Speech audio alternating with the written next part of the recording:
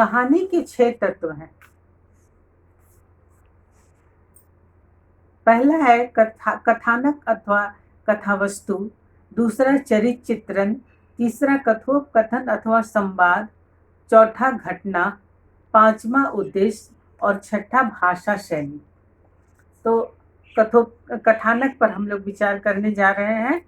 कथानक कहानी का सर्वप्रमुख प्रमुख तत्व होता है। इसके बिना कहानी की कल्पना नहीं की जा सकती। कहानी के पांच कथा अवस्थाएं होती है। कथावस्तु की 5 अवस्थाएं होती है: आरंभ, विकास, कौतूहल, चरम सीमा और अंत। कहानीकार कहानी के कथावस्तु को जीवन के भिन्न भिन्न दिशाओं और क्षेत्रों से ग्रहण करता है, जैसे पुराण, इतिहास, राजनीति, समाज, परिवार आदि। कहानी का समग्र रूप कथानक के ढांचे पर निर्भर करता है। कथानक के समुचित विकास के लिए उसे घटनाओं के पूर्वापर संबंध, कौतूहल और औचित्य को ध्यान में रखना आवश्यक है। उत्कृष्ट कथानक की विशेषता उसकी मौलिकता, प्रबंध कौशल, सुगठन तथा रोचकता है। यदि कहानी के आरंभ में ही पाठक उबने लगे तो वह कहानी को आगे पढ़ेगा ही नहीं। कथानक में जिज्ञासा बनी रहती है, तभी कथानक में रोचकता आती है। दूसरा है चरित्र चित्रण। कहानी में चरित्र अपेक्षाकृत कम होते हैं। बहुधा एक ही चरित्र के आसपास कहानी गठित होता है। मूल घटना से कहानी का गहरा संबंध रहता है। कहानी में पात्रों के गुण, दोषों, व्यवहार, योग्यता, रूप, रंग आदि सभी बातें चरित्र चित्रण के अंतर्गत आती है। चरित्र चित्रण के लिए जिस पात्र को चुना गया है उसकी गहरी छाप लेखक के मस्तिष्क पर होनी चाहिए। कहानी के पात्रों की विशेषताओं को 3 भागों में बांटा गया है: शारीरिक, मानसिक तथा चारित्रिक।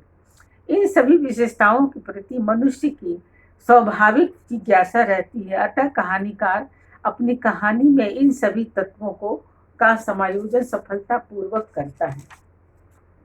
तीसरा है कथोपकथन अथवा संवाद। कथोपकथन एक ऐसा तत्व है जिससे कहानी के पात्र सजीव एवं स्वाभाविक जान पड़ते हैं। कथानक एवं चरित्र चित्रण को प्रस्तुत करने में कथोपकथन की महत्वपूर्ण भूमिका होती है। कथोपकथन के द्वारा घटना की पृष्ठभूमि तैयार होती है, चरित्र का विश्लेषण होता है। कथोपकथन का उपयोग कहानीकार अपनी रुचि एवं आवश्यकता के अनुसार करता है।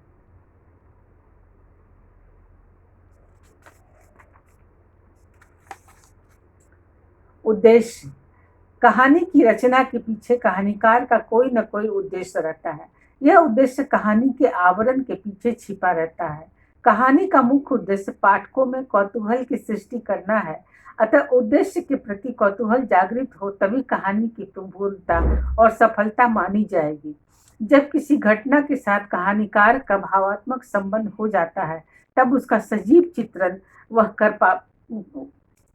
कर वह पाठक को भी उसका अनुभव कराना चाहता है। इससे पाठक का मनोरंजन भी होता है और उसकी संवेदनाएं भी जागृत होती है।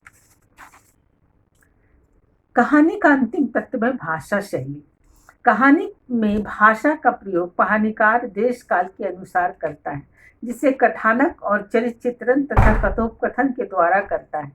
कहानी की भाषा कहीं काव्यात्मक होती है, कहीं भाव प्रधान, कहीं संकेत तो कहीं बोलचाल की भाषा। कहानी में आवश्यकता अनुसार विस्तार तभी होता है। कहानी की शैली कई प्रकार की होती है, जैसे वर्णनात्मक शैली, चरित्र प्रधान शैली, पत्र शैली, पूर्व दीप्ति शैली इत्यादि। वास्तव में भाषा और शैली ही एक ऐसा तत्व है जिसके द्वारा पाठक वर्ग कहानी की ओर आकृष्ट होता है।